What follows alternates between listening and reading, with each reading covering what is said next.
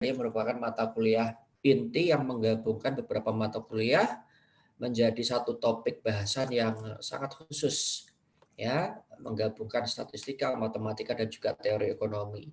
Jadi teman-teman kalau mau belajar ekonometrika harus belajar dulu statistikanya dulu ya, karena basic dari ekonometrika sebenarnya adalah statistika. Nah, beberapa bagian dari regresi ya saya akan coba refresh sebentar untuk mata kuliah ekonometrikanya. Di beberapa semester yang lalu saya pernah ngajar ekonometrika 2. So, saya akan coba untuk melakukan refresh atau mengulang kembali apa yang teman-teman sudah pelajari ya. Oke, bukan yang ini.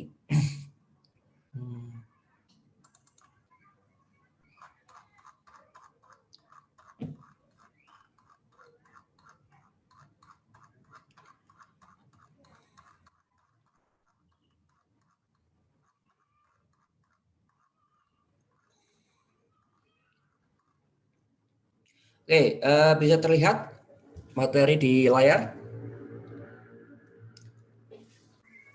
Bisa kelihatan? Bisa, Pak. Baik. Jadi ketika teman-teman belajar ekonometrika, dulu pakai buku apa Mas yang sudah ngambil ekonometrika 1 maupun 2? Bukunya pakai bukunya siapa? Ada yang bisa jawab? Halo? Nggak pakai buku, Pak. Oh, nggak pakai buku? Yang nggak pakai dulu buku? Enggak, sekarang juga enggak. Oh, yang ngajar siapa? Pak Mahrus. Oh, berarti terus bahan ajarnya pakai apa? Modul? Atau cuma langsung PowerPoint? Langsung, Pak. Langsung. Oke, jadi kalau dulu saya pakai buku Gujarati, ya, Econometrics. Di bagian awal buku tersebut pasti akan dibahas mengenai metodologi tentang bagaimana kita bisa menggunakan ekonometrika. Baik, ini tolong dilihat baik-baik, ada 8 hal atau 8 step sebenarnya ketika kita akan menggunakan alat analisis ekonometrika. Yang pertama adalah kita harus memiliki pernyataan dari suatu teori atau hipotesis ya. Jadi kalau teman-teman ingin menggunakan ekonometrika, maaf, halo? apa memang masih di Duval? Oh enggak, masih di Duvel? Iya. Oke, sebentar. Ini dia. Oke, sudah? Sudah kelihatan ya materinya? Ya, jadi kalau teman-teman ingin menggunakan ekonometrika nanti untuk skripsi atau membuat karya tulis tertentu, teman-teman harus mulai dulu dari sebuah pernyataan atau hipotesis. Ya. Jadi misalnya, apakah COVID-19 itu mempengaruhi pertumbuhan ekonomi? Misalnya seperti itu. Ya, itu adalah suatu pertanyaan yang harus diajukan di awal. Jadi harus ada basic masalah yang harus diajukan. Kemudian untuk menjawab pertanyaan itu yang harus dimulai adalah teman-teman cari dulu adakah suatu teori atau konsep dalam ilmu ekonomi yang bisa menjelaskan hubungan antara shock di perekonomian, dalam hal ini adalah bisa jadi wabah atau krisis atau apapun ya, oil price shock atau shock di nilai tukar atau shock di neraca perdagangan dan seterusnya yang ada hubungannya atau kaitannya dengan pertumbuhan ekonomi atau variabel-variabel ekonomi yang lain. Jadi harus temukan dulu itu. Kalau teorinya sudah ada, teman-teman harus cari dulu referensi juga. Apakah sudah ada paper atau karya ilmiah lain yang membahas tentang hal itu.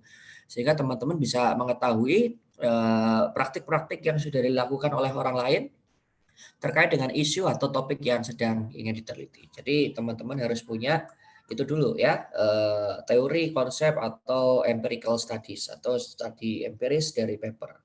Kemudian setelah menemukan basic teori atau konsepnya teman-teman harus punya atau harus melakukan pembangunan yang namanya hipotesis. Hipotesis itu adalah dugaan, ya, dugaan. Jadi kalau secara standar dugaan itu ya kita cuma kenal ada dua ya, H0 atau H alternatif ya, hipotesis 0 atau alternatif hipotesis atau HA. Hipotesis 0 biasanya adalah menyangkut tentang suatu dugaan yang berlawanan dengan HA. Jadi HA sama HO itu harus berlawanan ya. Nanti secara statistik akan diuji mana yang bisa dipertahankan secara statistik. Misal kita punya hipotesis tadi ya, apakah COVID-19 itu berpengaruh pada pertumbuhan ekonomi. Jadi dugaannya nanti ada dua. Yang pertama di H0-nya kita bisa set bahwa COVID-19 itu tidak ada pengaruhnya terhadap pertumbuhan ekonomi. Sementara HA-nya berarti adalah lawannya atau kebalikan dari H0-nya. Berarti COVID-19 berpengaruh terhadap pertumbuhan ekonomi. Itu hipotesis ya yang harus kalian set dari awal, dan itu yang akan kalian buktikan menggunakan ekonometrika. Ya, menggunakan data dan menggunakan model yang nanti akan digunakan. Nah, setelah punya teori atau hipotesis, kemudian teman-teman harus bisa melakukan spesifikasi model matematika dari teori yang digunakan. Kemudian selanjutnya membangun model statistik dan ekonometrik, kemudian mendapatkan datanya, ya datanya harus didapatkan. Kemudian melakukan estimasi atau pendugaan terhadap parameter dalam model ekonometrik, kemudian melakukan uji hipotesis. Setelah uji hipotesis, maka teman-teman bisa melakukan peramalan atau prediksi, dan yang terakhir bisa menggunakan model tersebut untuk melakukan pengendalian atau menyusun suatu kebijakan. Jadi itu kira-kira metodologi statistik yang bisa digunakan. Jadi urut-urutannya seperti ini kalau kalian besok mau pakai ekonometri untuk menyusun skripsi ya. Jadi 1, 2, 3, 4, 5, 6, 7, dan 8. Oke, itu nih misalnya kita punya teori atau konsep ekonomi yang namanya marginal propensity to consume atau MPC. Jadi kalau kalian naik uang sakunya atau penghasilannya ya berapa sih tambahan konsumsi yang akan dihasilkan. Jadi kalau MPC itu nilainya sekitar 0 sampai 1. Jadi misalnya kalau uang sakunya atau income-nya naik 10%, ya dicek aja konsumsinya naik 10% atau lebih atau kurang dari 10%. Maka kita akan bisa menghitung MPC atau marginal propensity to consume. Nah, yang kedua, step kedua, melakukan spesifikasi model matematikanya. Model matematika itu sederhana sebenarnya merupakan fungsi sebenarnya ya. Oke, jadi ini adalah fungsi konsumsi, di mana Y itu adalah konsumsi, sementara X adalah pendapatan atau income. Yang kalau digambarkan menggunakan grafik, maka kita akan memiliki grafik 2 dimensi seperti ini, di mana income ada di sumbu X, ya, kemudian konsumsi atau pengeluaran konsumsi dilambangkan dengan Y, ya, itu ada di sumbu Y-nya, ya, ini konsumsi dan ini income. Baik. Nah, MPC atau marginal propensity to consume atau kecenderungan orang untuk menambah konsumsinya itu digambarkan dengan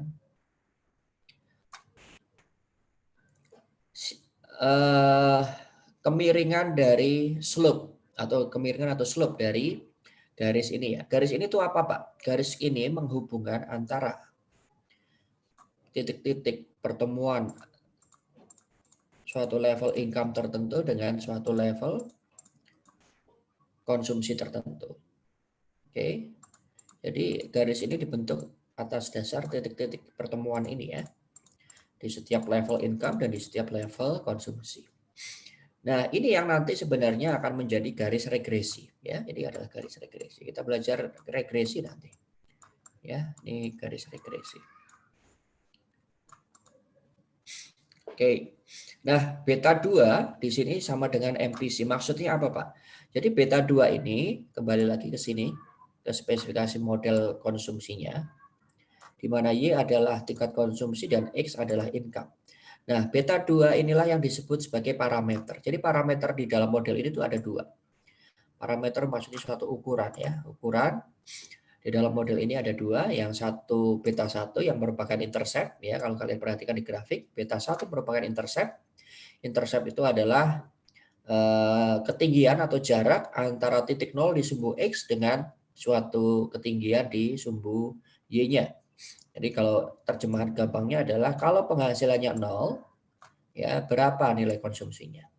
Kalau kalian nggak punya uang saku, kalian harus keluar duit kan, untuk makan lah, untuk apalah yang lain. Nah itu adalah intercept. Jadi intercept itu terjemahan bebasnya adalah suatu tingkat konsumsi, dalam hal ini tingkat konsumsi ketika penghasilannya 0. Dilambangkan dengan beta 1.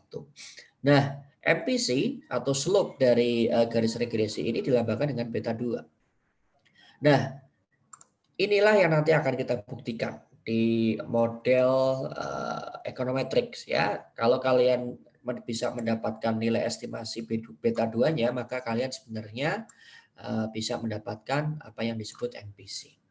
Di mana kita memiliki restriksi atau batasan nilai parameter untuk beta 2-nya tidak boleh lebih dari 1 dan harus lebih dari 0 ya. Oke.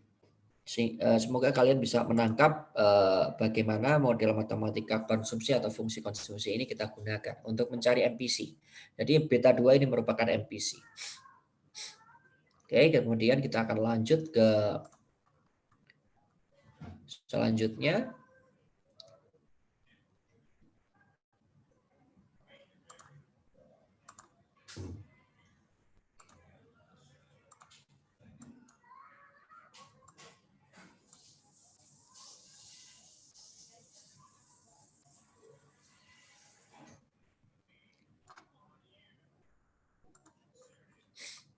Nah, setelah menggunakan perhatikan di sini di step 2 ini adalah model matematika dan ini adalah model ekonometrika. Bedanya di mana?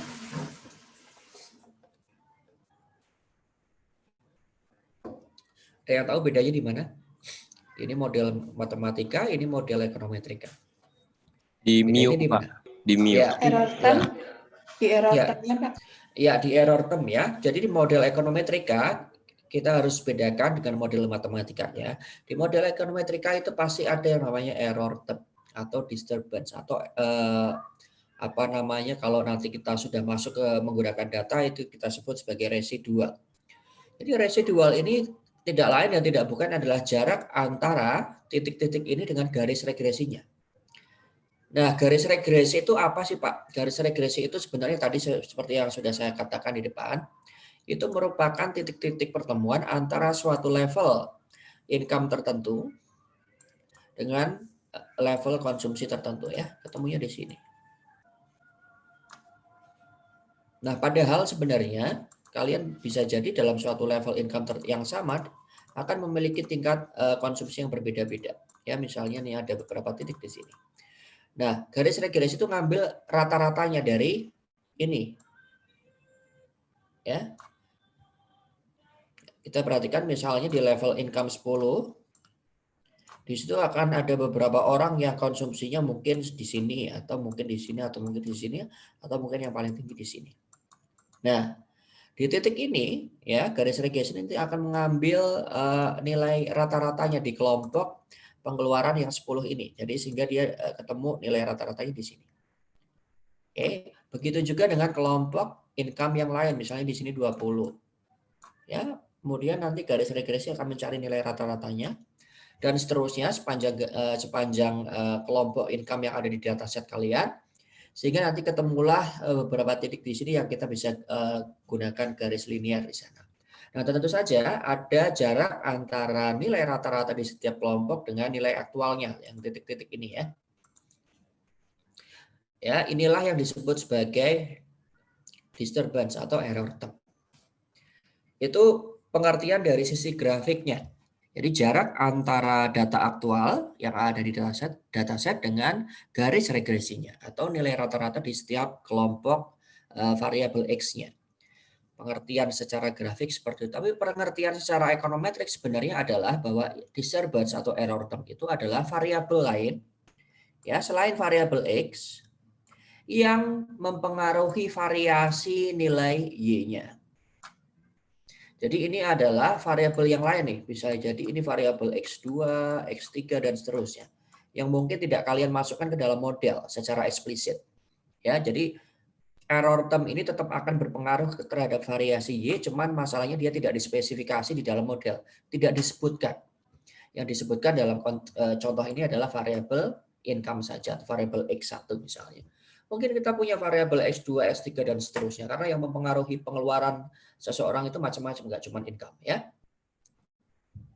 Tuh. Tapi dalam model, karena model yang paling baik sebenarnya adalah model yang paling sederhana atau yang paling kalau dalam konteks ilmu ekonometrikanya disebut model yang parsimonius ya, parsimoni.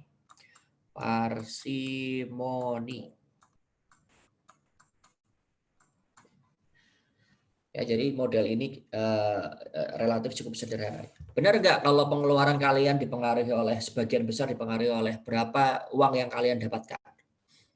Benar nggak? Iya. Iya kan? Ya. Tapi apakah hanya uang saja yang mempengaruhi pengeluaran kalian? Tidak, Pak. Tidak. Nah, ada faktor-faktor atau variabel-variabel yang lain kan? Cuma dalam model itu tidak kita taruh di model, tidak dalam bentuk variabel. Nah, itu dalam model nanti ditangkap oleh ini ya, parameter yang mu ini atau disturbance atau errornya. Atau nanti kalau sudah menggunakan data kita akan mendapatkan nilai residualnya. Jadi nilai residual itu adalah ini ya, selisih antara data aktual dengan nilai rata-rata yang kita dapatkan dari regresi. Ini model ekonometrikanya seperti itu. Nah, karena kita bicara mengenai konsumsi dalam level agregat, ya maka kita nanti akan bisa menggunakan data PDB. PDB itu adalah produk domestik bruto. Kalau kalian tahu, kita buka di websitenya BPS, ya. Kelihatan nggak saya lagi buka internet? Belum, Pak. Belum ya? Belum. Oke.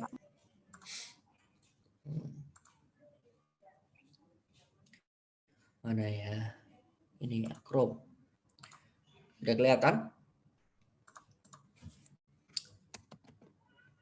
Sudah kelihatan belum? Sudah, Pak.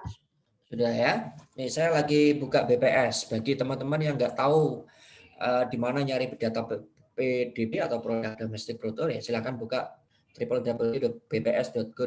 App-nya di Play Store juga ada. Oke, kita tadi sedang bicara mengenai pengeluaran agregat ya, Y ya, dan juga konsumsi ya. Maka kita harus cari di BPS, misalnya masuk ke ekonomi dan perdagangan, kemudian kalian cari. Nah, di sini ada beberapa jenis PDB nih.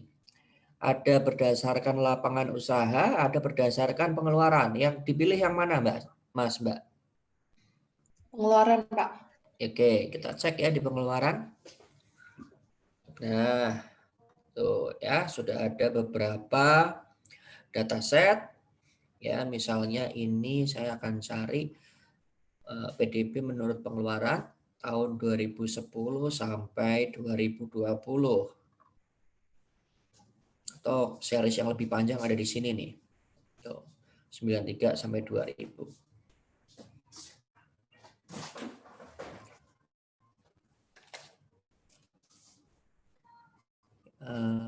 Oke, saya akan pakai yang ini aja.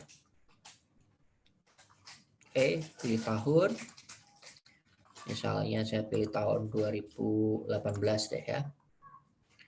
Tuh, udah dapat. Kalian bisa download filenya di Excel. Bisa kelihatan saya lagi buka Excel nggak?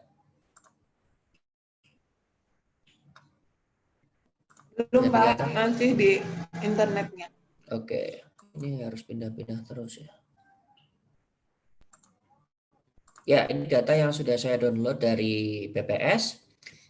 Kalian lihat di sini nih, ya, ada pengeluaran konsumsi rumah tangga, kemudian rinciannya makanan, minuman, dan seterusnya. Ada pengeluaran konsumsi luar negeri, PRT, nanti kalian cek apa itu LNPRT, ada pengeluaran konsumsi pemerintah, ada pembentukan modal tetap bruto, ekspor barang, jasa, dan seterusnya.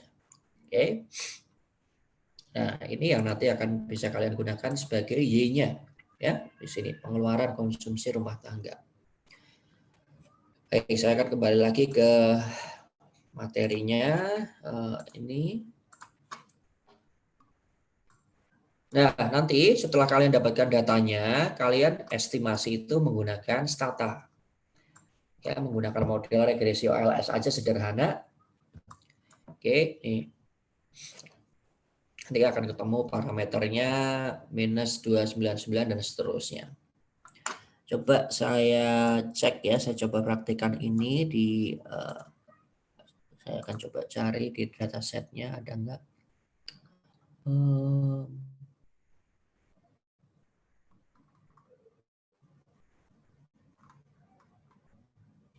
Tabel berapa tadi?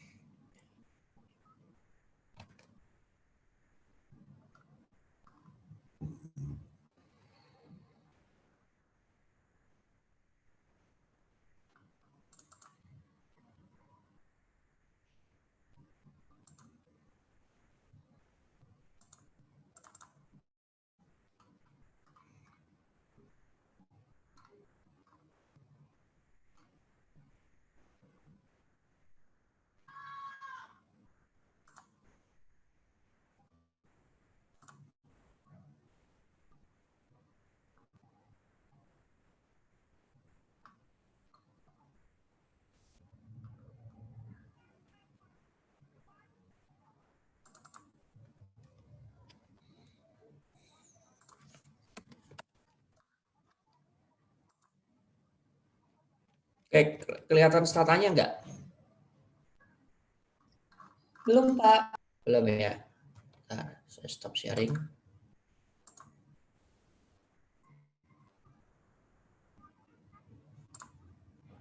Sudah kelihatan? Sudah terlihat? Ya.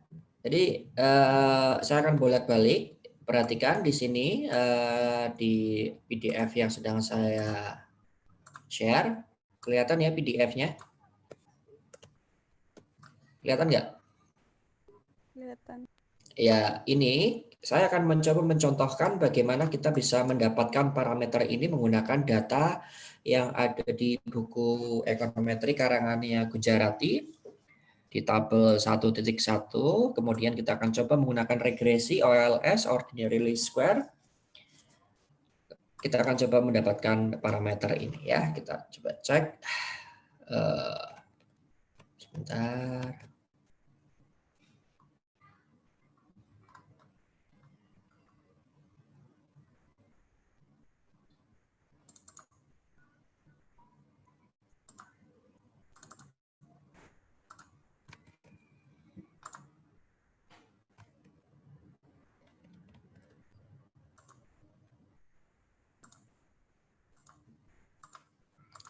Oke, jadi kalau yang sudah ngambil ekonometri, kira-kira gimana cara menghasilkan parameter yang tadi yang saya tunjukkan di PDF? Komennya apa komennya?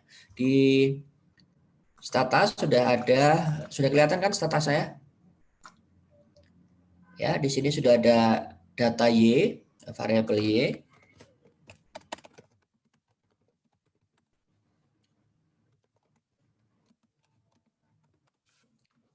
Lihat, sudah kelihatan statanya? Sudah.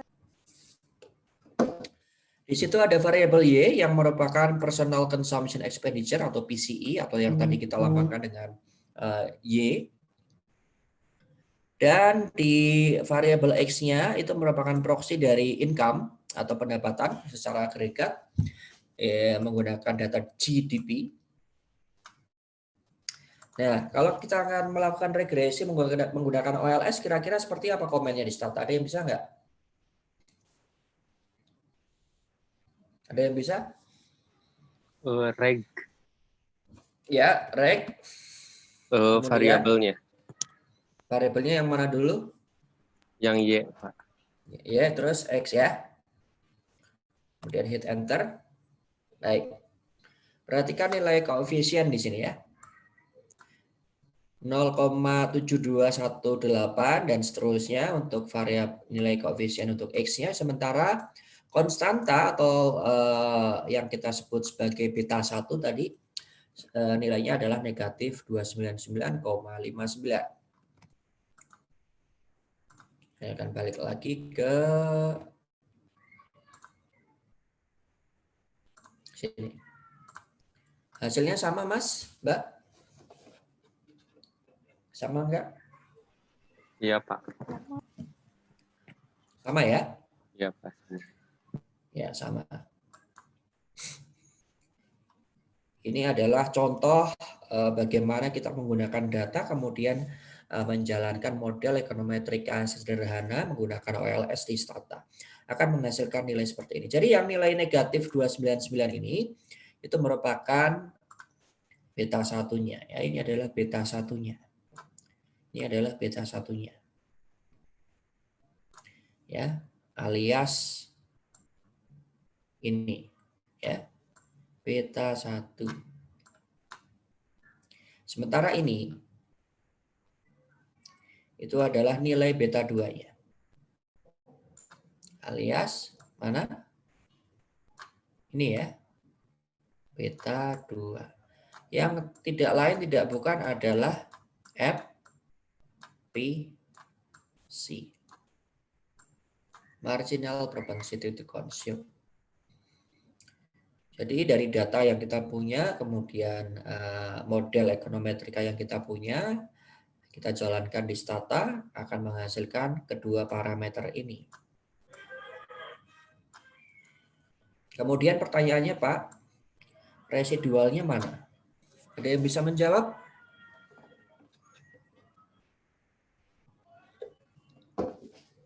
Ada yang bisa menjawab residualnya mana? Dan bagaimana cara menghasilkannya? Ada yang bisa? Kita sudah nemu nih, beta 1-nya sudah ketemu, ya, beta 2-nya sudah ketemu. Residualnya mana? Harus nyari dulu nilai X-nya nggak, Pak?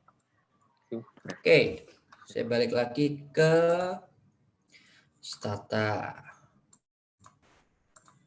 Perhatikan di sini ya, kita sudah dapat konstantanya atau beta 1 atau intercept, ini namanya intercept ya.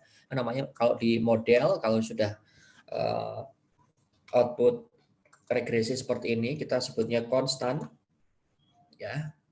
Atau kalau masih di model ini namanya intercept. Oke. Nah, nilai interceptnya ini nilai parameter beta 2-nya. Nah, perhatikan di output regresi ini, residualnya mana?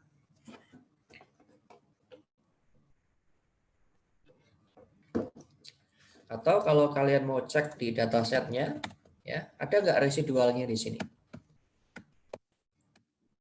Belum ada, Pak. Harus di komen dulu nggak, Pak? Ya, jadi kalau setelah kalian melakukan regresi seperti ini untuk mendapatkan residualnya, kalian harus melakukan predik. Ya, komennya adalah predik. Resid misalnya untuk residual. Ya, ini adalah residualnya. Bisa kelihatan? Bisa, Pak. Oke. Kemudian saya akan coba gambarkan ya sesuai dengan tadi yang ada di PDF ya, saya ingin menggambarkan bagaimana sebaran data dan juga garis regresi yang dihasilkan serta residualnya. Saya akan masuk ke graphics, kemudian saya akan masuk ke two-way di sini. Kemudian saya akan mulai membuat yang namanya plot ya, atau membuat grafiknya. Jadi option two-way ini adalah ketika kalian ingin membuat beberapa grafik ditampilkan dalam satu jendela. Nah, jadi grafiknya ada banyak sebenarnya cuma tidak ditampilkan dalam satu window. Nah, kalian harus masuk ke two-way. Yang pertama, saya ingin melihat sebaran datasetnya atau data aktualnya dari variabel Y dan variabel X. Saya akan masuk, ya, jangan lupa aktifkan sort on X variable. Kemudian pilih basic plots-nya adalah scatter. Jadi scatter ini bisa menggambarkan sebaran datanya. Saya masuk ke marker options untuk melakukan setting simbolnya ya. Di sini ada beberapa jenis simbol ya. Gambarnya bisa macam-macam, bisa titik, bisa circle dan seterusnya. Saya mau pakai yang circle aja. Circle, colornya default ya, size-nya saya ingin yang agak small, very small. Kemudian saya ketik OK ya, kemudian accept dulu. Nah, di plot yang kedua atau grafik yang kedua saya harus bikin juga.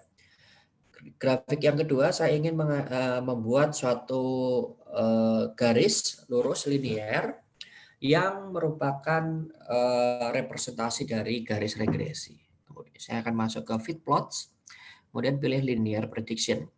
Ya. Y-nya sama, X-nya juga sama. Ya, secara default nanti garisnya warnanya merah biasanya. Oke, saya akan ketik accept.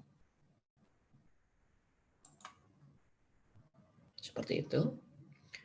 Kalau sudah, ini kalian bisa buat ya, misalnya Y-nya adalah PCE atau Y, Personal Consumption Expenditure. Seperti ini, kemudian X-nya adalah PDB ya tadi ya, Produk Domestik. Kalau bahasa Inggrisnya biar konsisten GDP. Dan hal ini adalah variable X atau income. Titles-nya adalah misalnya PCE versus GDP. Dan klik OK. Ya, dia sedang proses.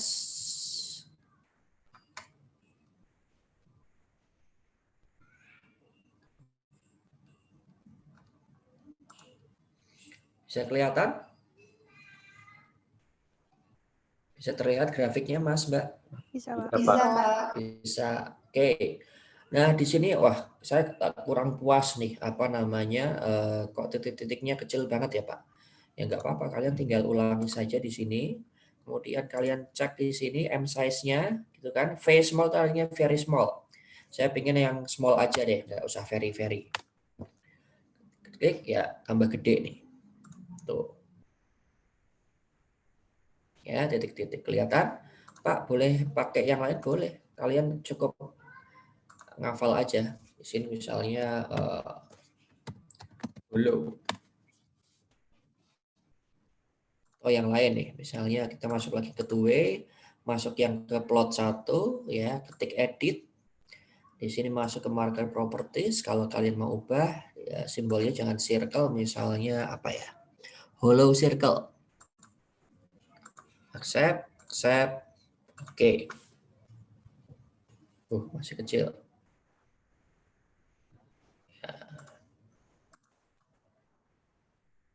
Edit. Masuk ke sini. Jangan yang very small deh. Medium. Oke. Set. Oke. Nah, kelihatan ya, bulat-bulat seperti ini. Ini variasi yang terserah kalian nanti mau kasih warna apa dan seterusnya ya. Atau kalau nggak mau manual seperti yang sudah saya ajarkan kemarin, tinggal klik kanan, start graph editor, dan kemudian kalian pilih simbolnya yang akan kalian ubah. Misalnya, Pak, warnanya boleh nggak diganti ungu? Boleh, ganti ungu. Kemudian size-nya jangan medium deh, medium small misalnya, dan seterusnya. Ya, tuh. Jadi jadilah seperti itu. Ya, save.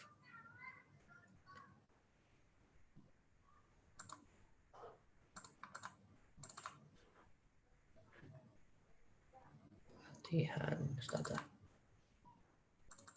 Ya. Graf Gujarati.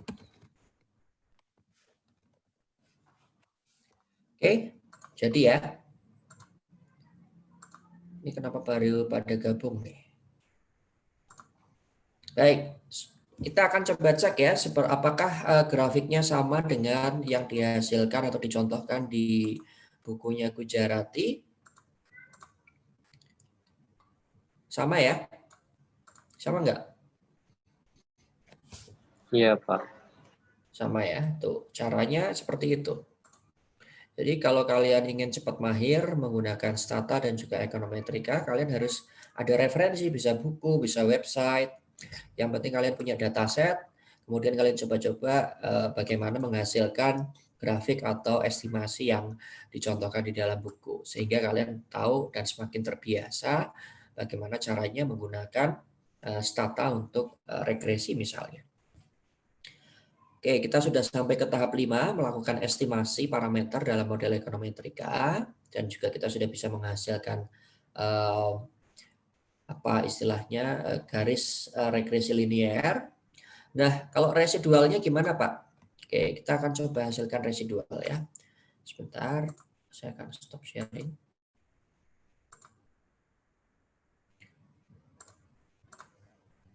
Yang perlu kalian perhatikan adalah di sini sudah ada residual.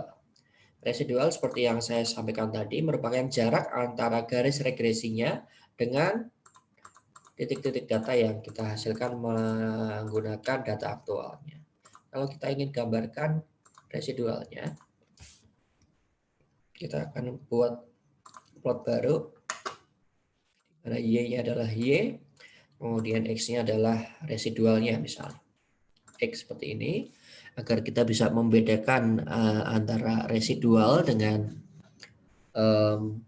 tadi actual datanya. Kita akan coba bedakan ya, simbolnya mau saya pakai apa ya, small x misalnya, colornya green, size-nya medium aja. Take accept, save, oke.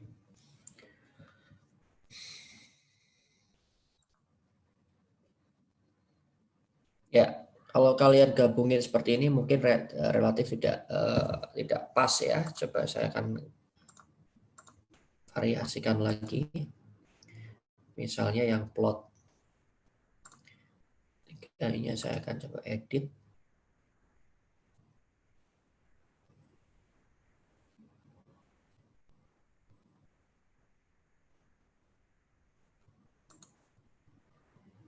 Ini saya akan disable. Ya, ini adalah sebaran residual ya. Di sumbu X-nya ini merupakan X-nya ya, sementara di sini di sumbu Y-nya ini adalah variabel Y-nya, di sumbu X itu adalah variabel X-nya atau income-nya. So, di sini salah sebenarnya, ini sebenarnya adalah residual. Nah, untuk menghindari kesalahan seperti ini, kalian perlu melakukan spesifikasi. Di sini ya, X title-nya bukan GDP tapi residual.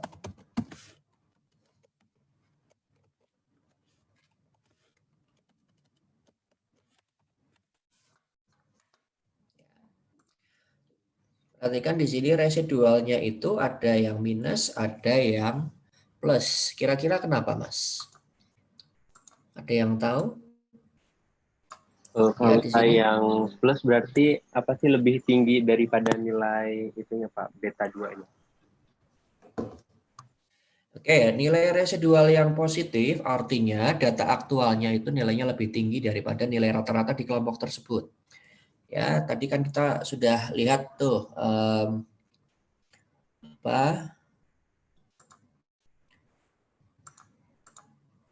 garisnya seperti ini ya tadi ya. Ya enggak? Garisnya kan tadi seperti ini. Jadi ini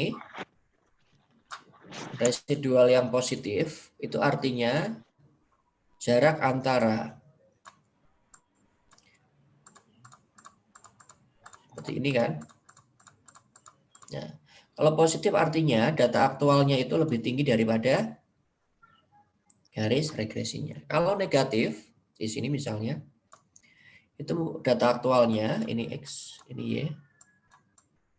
Itu artinya data aktualnya lebih rendah daripada nilai rata-ratanya. Karena residual itu,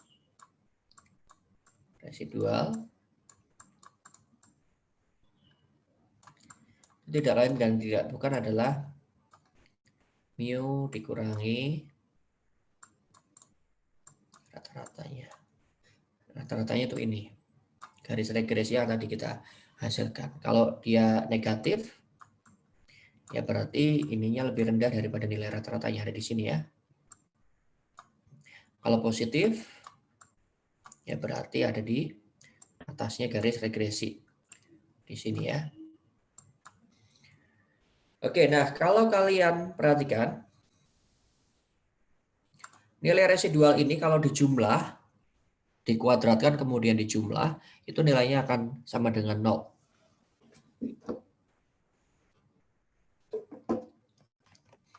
Ya, itulah yang menjadi prinsip ordinary least square. Jadi OLS itu adalah suatu metode di mana model yang akan kita gunakan, dia akan mencari nilai jumlah kuadrat yang paling kecil dari errornya. Jadi error-errornya ini itu akan dikuadratkan sedemikian sehingga nanti dia akan menghasilkan error yang paling kecil. Itulah OLS. Prinsipnya ada di situ. Saya akan masuk lagi ke materi teorinya. Ya, setelah melakukan estimasi atau pendugaan, kita akan lanjut ke step selanjutnya yaitu uji hipotesis. Nah, ini yang penting nih. Karena kita akan membuktikan apakah ya di populasi di keadaan yang sesungguhnya apakah iya MPC-nya bernilai 0,7218. Ya. H0 standarnya itu seperti ini. Ya, H0 menyatakan bahwa nilai MPC-nya dalam hal ini adalah beta 2 itu sama dengan 0. HA-nya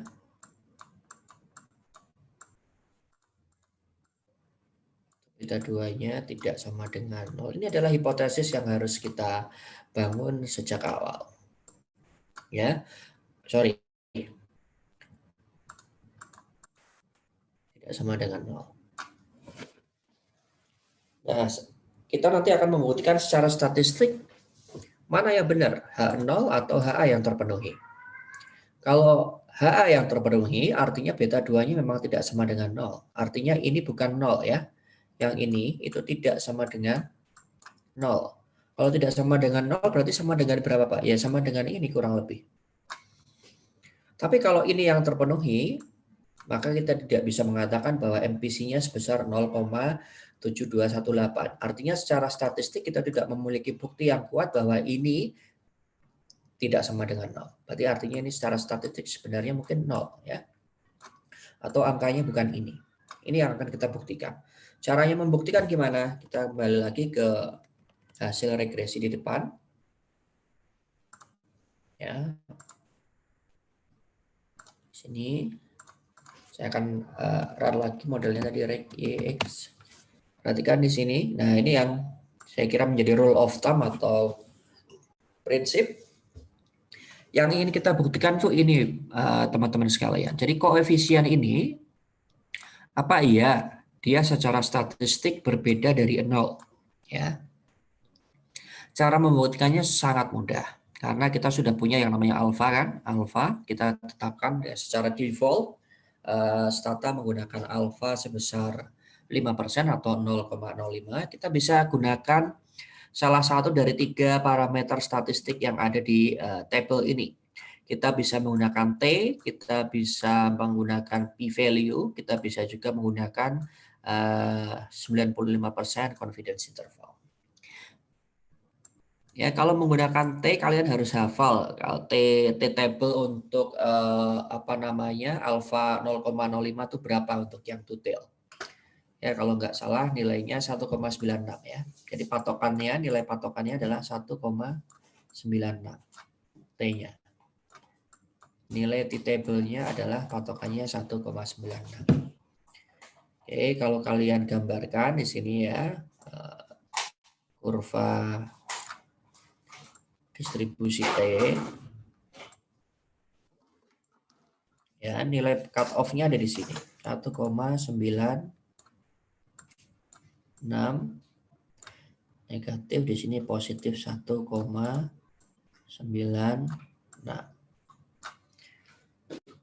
Pokoknya kalau nilai T-table yang hasil regresinya itu terletak di daerah ini, maka simpulannya adalah H0-nya fail to reject. Jadi kita gagal menolak H0. Tapi kalau nilai T-nya di sini lebih dari 1,96, entah di sini atau di sini, maka kita bisa melakukan H0-nya reject. Reject H0. Oke, kita lihat di sini berapa nilai T-nya untuk koefisien yang X. Berapa nilai T-nya? 163,19. Artinya terletak di mana? Di sini ya. Mungkin di sini nih. Ya, jauh pokoknya. Tuh. Artinya kita bisa menyimpulkan bahwa kita bisa menolak H0. Itu kalau kita mau menggunakan parameter T, statistik. Yang lebih gampang lagi sebenarnya adalah menggunakan kriteria p-value. Ya, kriteria p-value ini cukup bandingkan dengan 0,05 ya. 0,05 kalau alfanya 5%. Nah, ini bandingkan dengan p-value-nya. Kalau dia lebih besar dari p-value,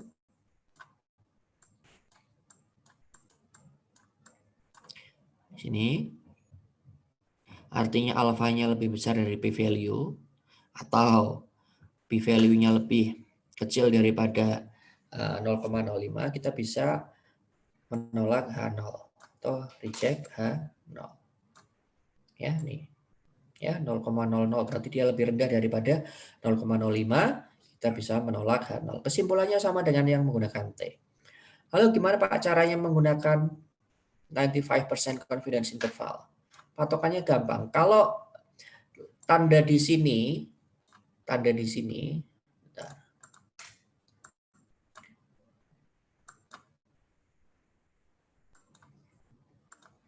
kalau tanda angka ini dengan tanda angka ini beda, itu artinya kalian nggak bisa mereject H0 atau fail to reject H0. Ya, itu kalau tanda sini dengan tanda sini beda. Misalnya sini negatif, sini positif. Ya, tapi kalau dua-duanya sama tandanya, ini negatif semua atau ini positif semua, kalian bisa menyimpulkan bahwa kita bisa menolak H0. Ini tinggal lihat tandanya aja. Dalam kasus ini, tandanya sama semua ya, positif semua kan? Positif semua tuh.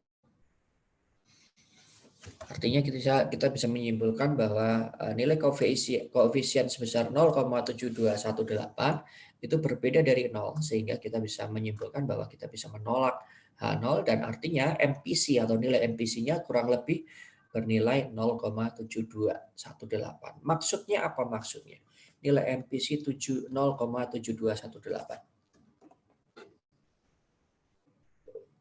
Maksudnya apa? Ada yang bisa menjelaskan? Mas Gali, ini ada hadiahnya enggak yang pertemuan kali ini?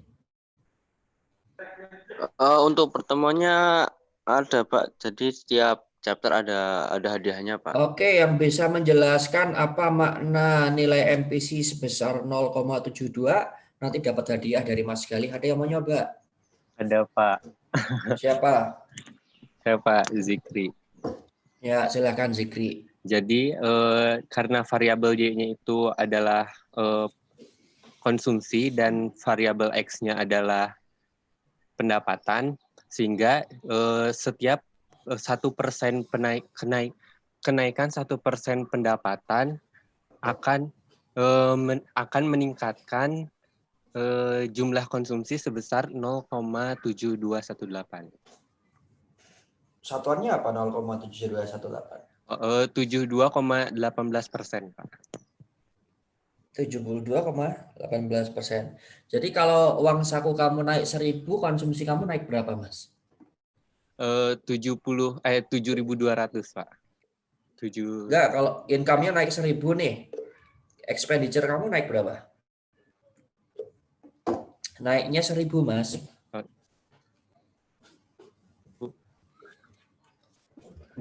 Gimana, Pak? Kalau uang saku kamu atau pendapatan kamu naik 1.000, terus MPC-nya ketemu 0,7218, maka kenaikan atau tambahan konsumsi kamu berapa? 7.218,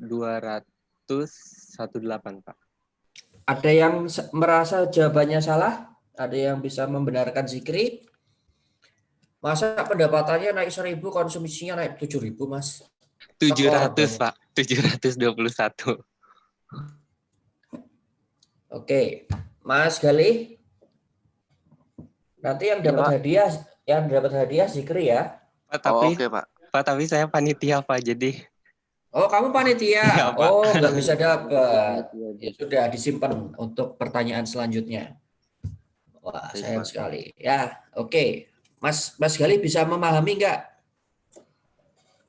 Bagaimana, Pak? Bisa memahami nggak tadi? Kamu kan belum ngambil ekonometri nih. Iya, Pak. Bisa paham nggak? Atau masih bingung? Udah mulai itu, Pak. Udah mulai paham beberapa, cuman ada yang masih bingung juga, Pak. Ya, boleh nanya ya. Kalau yang masih bingung itu nanya. Oke, Gunanya Pak. training kan gitu. Kalau training diam-diam aja ya saya senang malah. Berarti kalian mudeng semua. Atau bisa cepat. Oke, teman-teman yang lain ada yang bisa memahami tadi jawabannya Mas Zikri? Atau ada yang bingung? Atau pengen diulangi, Pak? Gimana Pak tadi, Pak? Kalau nggak perlu diulang ya saya lanjut aja. Oke, saya lanjut ya. Nggak ada yang nanya kan? Pak, mungkin bisa diperjelas dengan bahasa Bapak soalnya tadi kayaknya saya menyampaikannya dengan bahasa yang membingungkan, Pak. Oke, nggak kelihatan teman-temanmu udah diam-diam aja tuh berarti pada mudeng kan? Betul, teman-teman? Mudeng semua kan? Ya. Mudeng semua Mas Zikri, jadi nggak usah takut. Nggak membingungkan kelihatannya. Saya akan lanjut ke materi selanjutnya.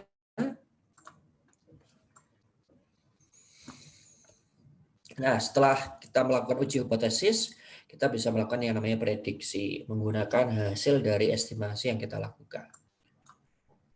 Ya, kita cek dulu apakah hasil estimasinya sesuai dengan teori. Ya, teorinya tadi kita sudah jelaskan di depan, ya, bahwa nilai beta 2 itu nggak boleh lebih dari 1 dan harus lebih dari 0. Artinya nilai beta 2-nya terletak antara 0 dan 1. Apakah terpenuhi? Terpenuhi. Ya, nilainya 0,7218. Atau kita bulatkan saja menjadi 0,72. Jadi ini sesuai dengan teori atau hipotesis yang kita bangun di depan. Nah, pertanyaannya adalah kalau tadi kan saya contohin ke Zikri, kalau X-nya naik 1.000, ya, Y-nya naik berapa? Dan seterusnya. Nah, kita juga bisa menghitung yang disebut sebagai income multiplier, ya, rumusnya sederhana sekali, 1 dibagi 1 minus MPC. Ketemunya 3,57. Artinya, jika ada kebijakan yang dapat meningkatkan pendapatan agregat sebesar 1 unit, maka dampak total perubahan pendapatan agregatnya adalah sebesar 3,57 kali lipat.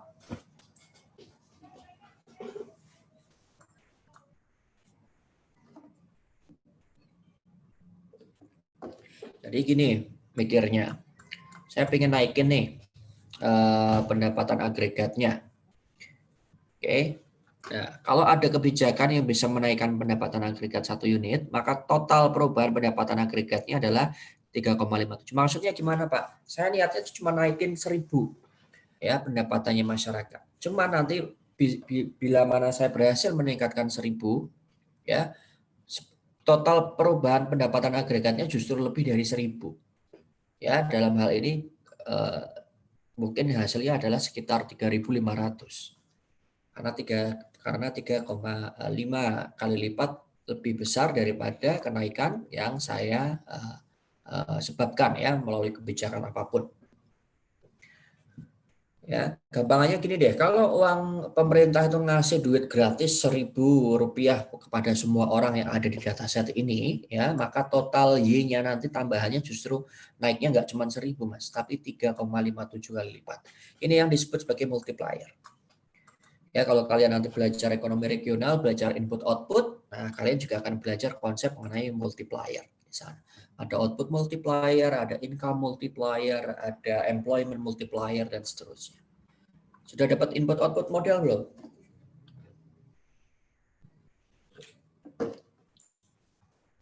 Belum ada yang dapat input output model.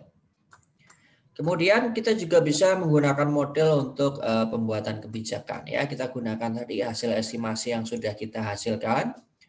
Ya, misal nih pemerintah meyakini jika tingkat konsumsi masyarakat berada pada kisaran 8.750 miliar US dollar. Maka tingkat pengangguran akan stabil di angka 4,2%. Jadi kalau GDP-nya, tingkat konsumsi masyarakatnya segini, ya, tingkat penganggurannya itu segini. Nah, kalau misalnya kita ingin tahu berapa tingkat GDP yang harus dicapai pada periode tertentu agar target angka penganggurannya tercapai, ya kita bisa set di sini. Ya, target angka pengangguran itu berapa nih? 4,2%. Biar mencapai tingkat pengangguran yang 4,2% itu, ya GDP-nya harus segini, 8.750. Ya, kita tinggal masukin aja nilainya. Ini taruh 8.750 di sini. Masukkan GDP tahun T, ya. Ya, kemudian kita manipulasi secara matematik, ya, GDP-nya pindah ke sini. Oke. Yang ini pindah ke sini, 8.750 dikurangi 8.000, ini pindah ya ke sini. Kalian bisa kan manipulasi matematik? Ya, ini dipindah GDP ya. Ini yang sini pindah ke kiri, 8750 dikurangi 299 dibagi ini ya, karena ini kan satu kesatuan, ini perkalian nih ya. Kalau di sini di atas sebagai pembilang, kalau dipindah jadi penyebut 0,7218 ya, ketemulah ini. Jadi kalau dalam ilustrasi ini, kalau kita ingin tingkat penganggurannya 4,2%, ya maka kita harus bisa menaikkan GDP-nya di tahun tertentu menjadi 12,53 miliar. Jadi naiknya banyak nih, sekitar separuhnya ya, 50%-nya harus naik. Nah, ini kapan tercapai bisa naik GDP-nya 50%? Oh, nggak tahu kapan, mungkin butuh waktu 20 tahun mungkin. Ya, saya nggak tahu. Ini hanya ilustrasi saja. Jadi itu cara bagaimana kita bisa menggunakan regresi OLS, ya, menggunakan dataset yang sudah kita punya. Metodologinya mulai dari menyusun hipotesis atau mencari teori atau konsep ekonomi yang tepat, kemudian membangun model matematika, membangun model ekonometrika, cari data, lakukan estimasi, dan seterusnya sampai yang step 8. Kita bisa menggunakan model untuk melakukan simulasi kebijakan tertentu. Tuh. Sampai sini ada yang ingin bertanya?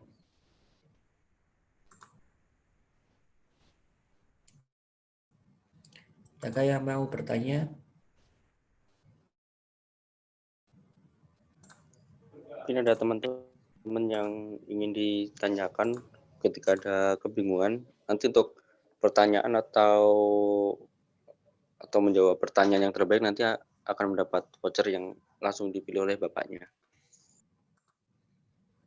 Oke, nggak ada pertanyaan ya? Baik, saya akan lanjutkan sampai setengah 12 sebelum kita istirahat makan siang. Jadi setelah nanti istirahat sholat zuhur dan juga makan siang, kita akan lanjut ke praktikum secara lengkap bagaimana kita melakukan regresi menggunakan metode OLS atau Ordinary Least Square. Nah, ini hanya sebatas konsep yang seperti yang sudah saya jelaskan, apa itu fungsi regresi populasi, fungsi regresi sampel, dan seterusnya. Saya tidak akan jelaskan terlalu jauh di sini karena ini panjang, harus 1 semester. Yang jelas saya akan jelaskan apa yang disebut sebagai ordinary least square. Ya, seperti yang saya jelaskan pakai ilustrasi aja. Kita tadi punya dataset Y, kemudian kita punya dataset di variabel X atau tadi GDP ya, Y-nya itu Personal Consumption Expenditure, PCE, X-nya itu adalah GDP. Kemudian yang ada topinya atau head-nya ini ada Y-head. Ini adalah hasil estimasi untuk Y-nya. Oke, misalnya nih di data aktualnya Y-nya nilainya 4, tapi setelah diestimasi hasil estimasinya adalah 2,9. Maka residualnya berapa? Ya ini dikurangi ini. Ketemulah 1,071. Ini yang disebut residual. Nah, residualnya ini kalau dikuadratkan ketemunya segini nih. Pak, maaf, Ya. belum share screen, Pak. Oh, belum share screen. Oke. Nih. Saya ulangi ya. Kalian ingat-ingat dataset yang tadi. Dataset yang saya buka. Yang sudah saya estimasi tadi. Tadi kita punya variabel Y, yang mana variabel Y adalah PCE, Personal Consumption Expenditure. Kemudian variabel X, yaitu GDP. Ya, kita menggunakan kasus di Amerika Serikat. Dari variabel Y dan X ini, kemudian kita regresikan dengan OLS. Nah, hasilnya sebenarnya seperti ini kalau di manual kan ya. Kita punya Y-head di sini, Y-head 1. Kemudian perhatikan juga di sini ada Y-head 2. Ini Y-head 1. Ini ada Y-head 2. Ada residual 1. Ada residual 2. Ini loh, 1, ini ada 2. Intinya tabel ini bercerita bahwa dengan menggunakan data yang kita punya untuk variabel Y dan X, kita bisa memiliki beberapa model. Ya, kita bisa memiliki beberapa hasil estimasi. Dalam tabel ini kita contohkan hanya ada 2 hasil estimasi. Perhatikan di sini yang pertama. Ya, ini adalah bagian residual. Ini juga bagian residual. Jadi kalau semua residual itu dijumlahkan, semua pasti ketemunya 0. Ya. Nah, OLS itu singkatan dari Ordinary Least Square. Least Square, ya perhatikan di least square-nya. Least Square, least itu artinya paling kecil, square itu kuadrat. Jadi kuadrat terkecil. Jumlah dari kuadrat terkecil. Maksudnya jumlah dari kuadrat terkecil adalah jumlah kuadrat dari residualnya. Perhatikan di sini ada 2 kuadrat residual, yang satu menghasilkan jumlah sebesar 12,214, yang satunya menghasilkan nilai kuadrat residualnya sebesar 14. Pertanyaannya adalah dengan menggunakan OLS atau least squares criterion, model mana yang lebih baik? Model 1 atau model 2?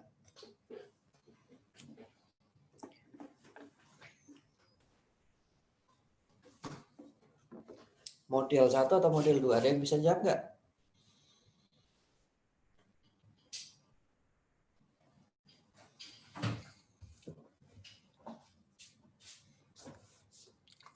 Nggak ada yang bisa jawab? Ini diam semua, pada merhatiin nggak? Halo? Iya, Pak. Halo, Pak. Pada merhatiin nggak nih? Perhatiin. Saya Iya, tanya Pak. kok. Ya, mana yang kira-kira menurut kalian modelnya paling bagus? Ya. 1. Kenapa 1? Karena jumlahnya yang kecil. Ya, jumlahnya yang paling kecil ya. Jumlah dari errornya. Kalau kalian punya lihat lambang seperti ini artinya sigma di jumlah ya.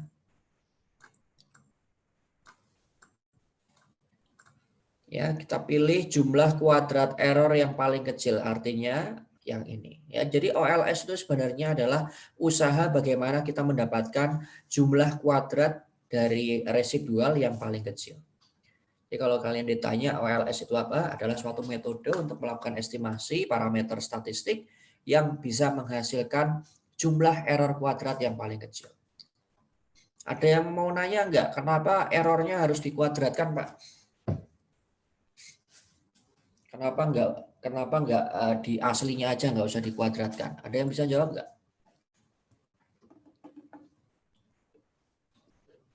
Mungkin karena kalau nggak dikuadratkan itu ada yang negatif, Pak, nilainya. Jawabannya sebenarnya ada di sini, Mbak. Ya, kalau kita tidak kuadratkan, maka kalau dijumlah semuanya, residualnya, pasti ketemunya 0. Mau model apapun, kalau errornya tidak dikuadratkan, ya, kemudian ada jumlah, maka ketemunya pasti 0. Agar ketemunya tidak 0, maka harus dikuadratkan. Bisa dipahami? Jadi kita akan selalu menemukan yang namanya jumlah dari error kuadrat itu pasti bilangan positif. Ya, sesuatu bilangan negatif kalau dikuadratkan pasti positif kan? Ya, itu alasan kenapa metode ini menggunakan jumlah dari error kuadrat. Karena apa? Karena alasannya adalah kalau errornya tidak dikuadratkan dulu sebelum dijumlah, ketemunya adalah 0. Itu alasannya. Bisa dipahami? Bisa, Pak. Oke, sip. Dulu di ekonometri di kelas sebelumnya dijelaskan juga tentang OLS seperti ini. Sama persis kan penjelasannya? Sama enggak? Kalian dulu diajari OLS enggak? Ada yang bisa cerita enggak?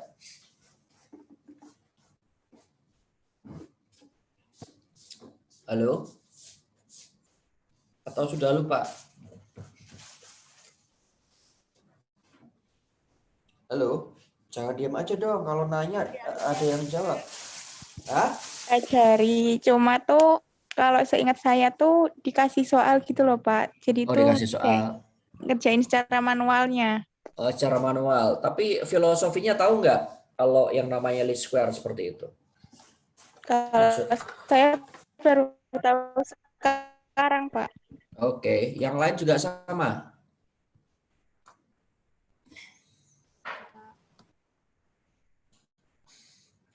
Oke, sekarang saya akan ajari filosofinya apa, Pak? Filosofinya belajar regresi menggunakan OLS. Jadi OLS itu cuma salah satu cara dari beberapa cara untuk melakukan estimasi atau pendugaan. Ya, jadi kalian sebenarnya main tebak-tebakan sebenarnya kalau main ekonometrika ya. Jadi ekonometrika itu sebenarnya ilmu untuk menebak ya. Menebak apa, Pak? Menebak nilai parameter. Ya. Jadi ini yang kalian tebak. Mana sih tadi? Ya, kalian itu belajar ekonometri sebenarnya belajar ilmu tebak-tebakan. Nebak nilainya ini sama nilainya ini. Ya? Masih ingat kan beta 1 apa beta 2 apa? Jadi kalian belajar ekonometri itu cuma belajar ini bagaimana caranya kita mendapatkan nilai tebakan beta 1, beta 2 atau beta-beta yang lain sedemikian sehingga nilai beta 2 ini mendekati nilai beta populasinya atau beta yang sesungguhnya di populasi. Ya, jadi kalau beta 2 nggak ada topinya artinya bukan hasil estimasi tapi beta yang sesungguhnya. Cuman masalahnya kita tidak akan pernah tahu beta 2 di populasi atau beta 2 yang sesungguhnya itu berapa. Kenapa kita nggak pernah tahu? Karena kita nggak pernah dapat data seluruh orang. Kita nggak pernah dapat itu data semua orang. di Indonesia ditanyain satu-satu konsumsi Anda berapa. Nggak ada datanya mungkin. Ya, misalnya pun harus sensus mungkin itu ya hanya sekitar 99% atau 97% dari seluruh masyarakat Indonesia. Artinya, hal terbaik yang bisa kita dapatkan, kita hanya bisa mendapatkan yang namanya sampel atau observasi. Nah, dari sampel itu kita ingin menduga berapa sih nilai sebenarnya dari beta 2 di populasi. Ya. Jadi ini cuma nebak aja. Nah, secara statistik ya itu ada kaidah-kaidah agar kita bisa melakukan justifikasi, melakukan pembenaran ketika kita mendapatkan beta 2, apakah beta 2 itu memang benar-benar mendekati beta 2 yang sesungguhnya di populasi yang kita tidak pernah tahu nilainya berapa. Yang kita bisa dapatkan dengan data yang kita punya adalah beta 2 head ya atau beta 2 hasil estimasi. Nah, OLS itu punya asumsi-asumsi. Asumsinya banyak ya dan nggak mungkin semuanya terpenuhi. Kalau semuanya terpenuhi, maka kita akan mendapatkan suatu hasil parameter yang ideal yang disebut sebagai best linear unbiased estimator. Ya, jadi estimator yang terbaik dan linear serta tidak bias. Jadi kalau seluruh kaidah OLS itu terpenuhi, maka sejatinya kita bisa mendapatkan estimator atau parameter yang best, linear, dan unbiased. Cuman ini seringkali jarang bisa dipenuhi, sehingga ada beberapa asumsi yang pasti dilanggar.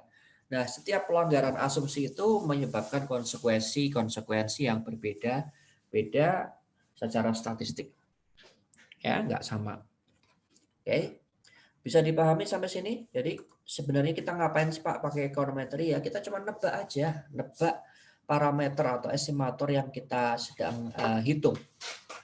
Ya, agar tebakan kita itu tidak terlalu meleset ya. Unbiased itu maksudnya ya nggak meleset.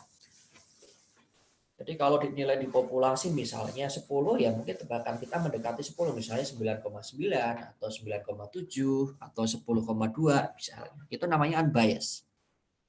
Linear artinya hubungannya linear ya. Jadi parameternya itu tidak di dalam bentuk kuadrat. Jadi betanya itu pangkatnya adalah pangkat 1. Oke, beta 2 ini pangkat 1, bukan pangkat 2, bukan pangkat 3 dan seterusnya. Oke, jadi yang maksudnya linear adalah linear estimatornya itu linear, beta 2-nya dan beta 1-nya itu linear. Best artinya adalah kita akan cari di bawah apa yang dimaksud sebagai best. Ya, best.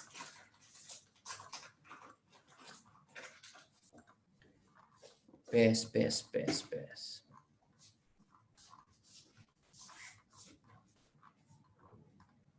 Nah, ini loh asumsinya kelihatan. Asumsinya banyak banget kan? Tuh. Ya, asumsi OLS ya atau seringkali disebut juga sebagai Gauss-Markov assumption. Ya, ada yang pertama yang harus kalian penuhi adalah parameternya linear. Jadi beta 2-nya tadi harus linear ya, bukan dalam bentuk kuadrat, kubik dan seterusnya. Kemudian fixed x values or x values independent of the error term. Artinya nilai x-nya, parameter x-nya itu independen, tidak ada korelasinya dengan error term. Dan seterusnya. Ini kalian bisa tanya nanti sama dosen ekonometrinya. Ya, dosen ekonometrinya suruh jelasin nih 1, 2, 3, 4 itu maksudnya apa. Ya, kemudian nanti ada asumsi homoscedasticity. Ada no autocorrelation. Ada dan seterusnya. Ini semua asumsi yang harus kalian penuhi dalam model ekonometrika menggunakan ordinary least square. Ya, nah ini yang pertama linear in parameter. Maksudnya ini nih. Ini linear ya. Beta 2-nya kalian lihat yang model pertama yang ada centang hijaunya sama centang hijau yang bawahnya semuanya linear. Kalau yang tengah ini bukan linear ya karena beta 2-nya atau estimatornya tidak dalam bentuk linear ya. Bentuknya kuadrat. Asumsi 2. Ini semuanya kalian bisa temukan di buku Gujarati. zero means value of disturbance, dan seterusnya. Ini semua itu adalah sesuatu yang sifatnya sangat ideal, yang tidak mungkin atau hampir tidak mungkin terjadi ketika kalian mempraktikannya menggunakan data yang kalian punya. Sehingga salah satu atau beberapa asumsi ini pasti ada yang dilanggar. Nah, nanti kita akan belajar bagaimana caranya membuktikan atau menguji bila mana ada satu atau beberapa asumsi yang dilanggar, dan kemudian apa konsekuensinya, dan seterusnya. Oke.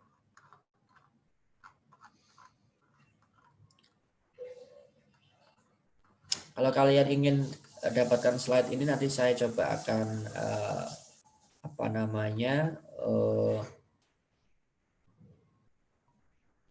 upload di website ya.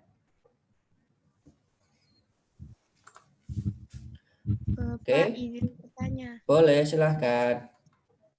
Kan tadi kayak yang model-modelnya tadi ada yang benar, ada yang salah. Ya. Terus tadi yang model yang ketiga itu beta 1 X1 plus beta 2 X2 kuadrat. Nah, itu kan katanya yang kalau kuadrat modelnya salah, tapi kenapa yang pas X2 kuadrat itu modelnya benar? Oh, yang ini ya, sebentar. Ini ya, Mbak? Ya yang itu. X2, yang ini. Ya, yang baik. model ketiga kenapa bisa benar? Baik, yang pertama kalian harus ketahui adalah asumsi ini ya, linear in parameter. Jadi yang linear itu adalah parameternya. Yang disebut parameter di sini ada beberapa. Ini satu, beta 1, ya, beta 2. Ini adalah parameter. Jadi yang harus kalian pastikan dulu adalah bahwa parameter-parameter dalam model ini linear. Linear itu maksudnya pangkat 1, ya. Pangkat 1. Nah, kenapa yang di model 3 ini benar, sementara di model 2 salah? Kalian di model 2, yang tidak linear itu adalah parameternya. Sementara di model 3, parameternya itu masih linear. Ya, hanya variabelnya yang bisa bentuknya tidak harus linear. Bisa kuadrat, bisa kubik, dan seterusnya. Jelas, Mbak? Jelas, Pak. Makasih. Jelas. Ya, ada pertanyaan lain?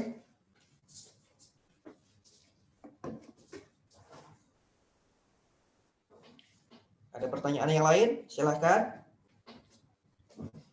Oke, untuk memberikan contoh yang lebih kontekstual dari pertanyaan tadi, Mbak siapa namanya? Devi, Pak. Mbak Devi, saya akan coba contohkan maksud daripada model ketiga ini ketika menggunakan dataset yang tadi ya. Oke, saya coba akan gunakan itu.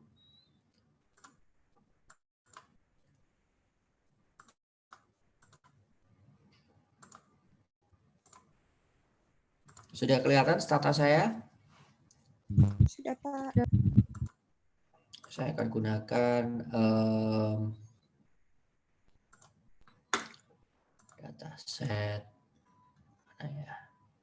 Econometrika dulu. Ini tabel 11. Baik, ini data yang sama yang tadi saya gunakan di contoh. Model pertama tadi ya, yang ini reg YX itu model regresi linear untuk metode OLS. Kita bisa cek di help regress. Kita lihat tuh, regress, linear regression ya. Jadi regresi ini adalah regresi linear yang kita maksud tadi menggunakan OLS. Nah, kita akan mencoba menjalankan ini ya, di mana Y sama dengan beta 1 plus beta 2 X kuadrat. Ya, X kuadrat. Ini yang tadi di model 3 yang ditanyakan Mbak siapa tadi ya, lupa. Nah, kalau kalian ingin menjalankan model seperti ini, artinya variabel X-nya harus kalian kuadratkan dulu. Caranya gimana? Generate X kuadrat, ini, atau X2, kasih nama apapun, yang merupakan kuadrat daripada X. Ya. X pangkat 2, seperti ini. Enter. Kemudian kalian regresikan, regress, Y, X, 2. Seperti ini.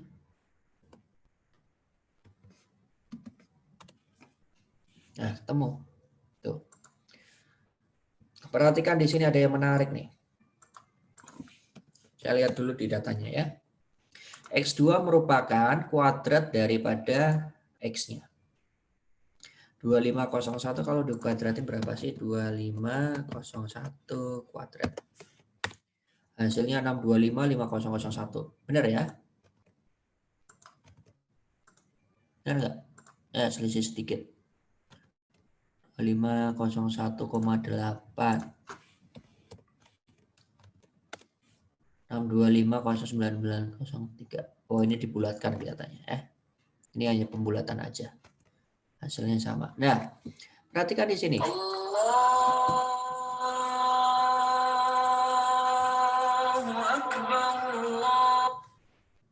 Di sini nilai X kuadratnya untuk parameter, berarti dalam model ini sebenarnya saya bikin modelnya seperti ini. Y sama dengan beta 1. Beta 1 adalah konstannya. Beta 2 itu X-nya, ya, beta 2X. Nah, saya juga punya yang namanya beta 3. Beta 3X. X-nya apa? X kuadrat. Atau X2 di sini. Perhatikan bahwa semua nilai koefisiennya itu signifikan nilainya. Artinya, model kita yang pertama yang menggunakan X saja mungkin tidak terlalu tepat. Ya, tidak terlalu tepat mungkin. Kita bandingkan dengan model linear yang pertama, reg YX. Perhatikan di sini reg YX, R square-nya atau adjusted R square-nya itu 0,9983.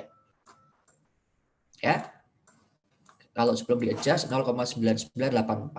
Tapi setelah saya menggunakan model di mana X2-nya saya kuadratkan, ya, nilainya R square-nya tambah tinggi atau tambah rendah? Naik atau turun R square-nya? Baik yang adjusted maupun yang tidak adjusted, naik ya.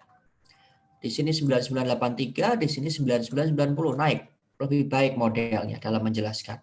Artinya bahwa mungkin model yang pertama, model yang ini, itu salah spesifikasi. Modelnya harusnya mungkin X-nya harus dikuadratkan dulu.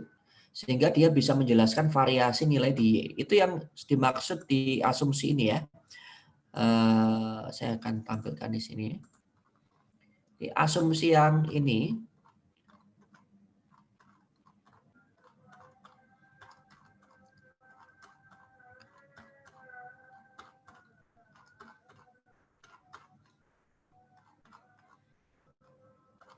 nah, asumsi nomor 9 nih. No specification bias, artinya spesifikasi modelmu itu harus bagus, harus tepat. Ya. Apa parameternya kalau modelnya itu lebih bagus ya tadi? Salah satunya ketika kalian ubah bentuk matematika dari suatu variabel, ya nilai R square-nya langsung naik. Ya, tuh.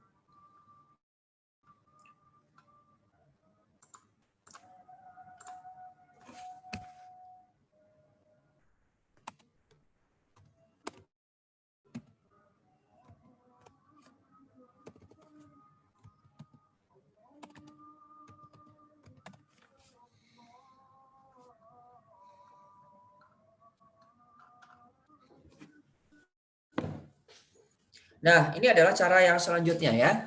Tadi saya beritahukan di pertama bahwa kalau kita ingin memasukkan X kuadratnya, ya tadi kita harus mengkuadratkan X-nya secara manual. Tapi kalau nggak ingin repot-repot dikuadratkan secara manual, kalian bisa menggunakan cara ini, komennya ini ya.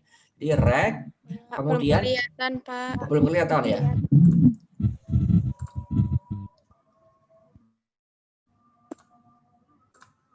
Sudah kelihatan? Sudah. Oke, tadi saya berikan contoh di mana kalau kita ingin mengkuadratkan suatu variabelnya, kalian harus bikin variabel baru yang namanya X kuadrat misalnya. Cuman kalau kalian nggak ingin repot-repot, ya melakukan kuadrat untuk satu variabel yang ingin kalian kuadratkan, dan kemudian kalian akan gunakan itu dalam model, kalian bisa gunakan komen ini ya, rect spasi y, ini variabel dependennya, kemudian x-nya ya kita gunakan yang namanya ini ya, 2 kali tanda hashtag. Kemudian C di depan X-nya ini adalah untuk mengidentifikasi atau memberitahukan kepada Stata bahwa variabel X-nya merupakan variabel continuous. Jadi kalian ketik rect spasi Y spasi C titik X, kemudian 2 kali hashtag, kemudian tulis lagi C kali X. Outputnya akan seperti ini. Sama persis dengan komen yang ini.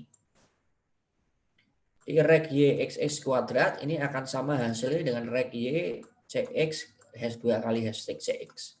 Ya, ini akan mengeluarkan hasil estimasi seperti ini. X adalah X-nya tadi yang belum dikuadratkan ya. CX CS ini merupakan kuadratnya. Lihat hasilnya. Di sini X kuadrat 8,1906. Standar errornya 1,53. Di sini juga sama. Ya, tuh sama semua ya. Ini kalau kalian nggak pengen repot-repot mengkuadratkan dulu X-nya baru dimasukkan dalam model. Nah, hasilnya adalah adjusted R square-nya naik ya, tadinya 0,9983 naik dikit menjadi 0,9990. Artinya variabel yang kita masukkan tadi bisa membantu memperbaiki performa modelnya. Oke.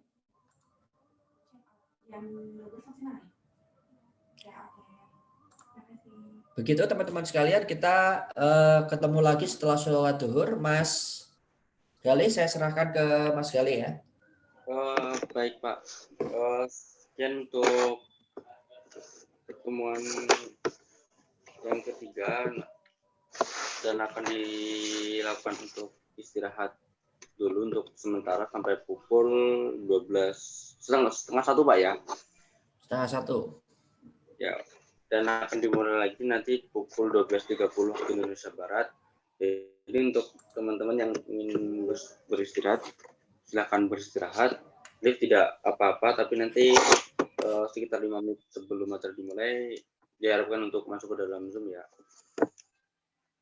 Baik, kalau tidak ada pertanyaan, saya tutup dulu untuk sementara untuk sesi Isoma dulu.